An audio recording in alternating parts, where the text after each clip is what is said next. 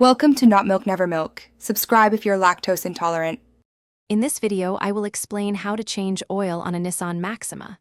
First, gather your essential tools like a wrench, an oil drain pan, and reliable jack stands. Next, ensure you have the correct type and amount of new engine oil, typically around 5 quarts. Don't forget a new oil filter and a fresh drain plug washer for a proper seal. Now, safely lift your Nissan Maxima using a jack and secure it firmly with jack stands. Locate the oil drain plug, usually at the bottom of the oil pan, and place your drain pan directly underneath. Carefully remove the drain plug, allowing all the old, dirty oil to completely drain into the pan. This step ensures maximum removal of contaminants. Once the old oil has drained, remove the old oil filter and install the new one, ensuring it's hand-tightened.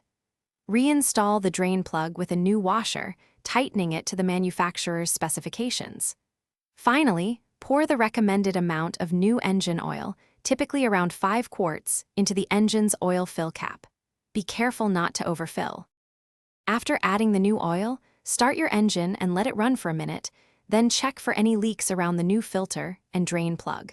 Turn off the engine and wait a few minutes before verifying the oil level on the dipstick. Top off if needed. Remember to properly dispose of your used oil at an authorized recycling center. Thanks for watching. If this was helpful, leave a like and consider subscribing. See you next time.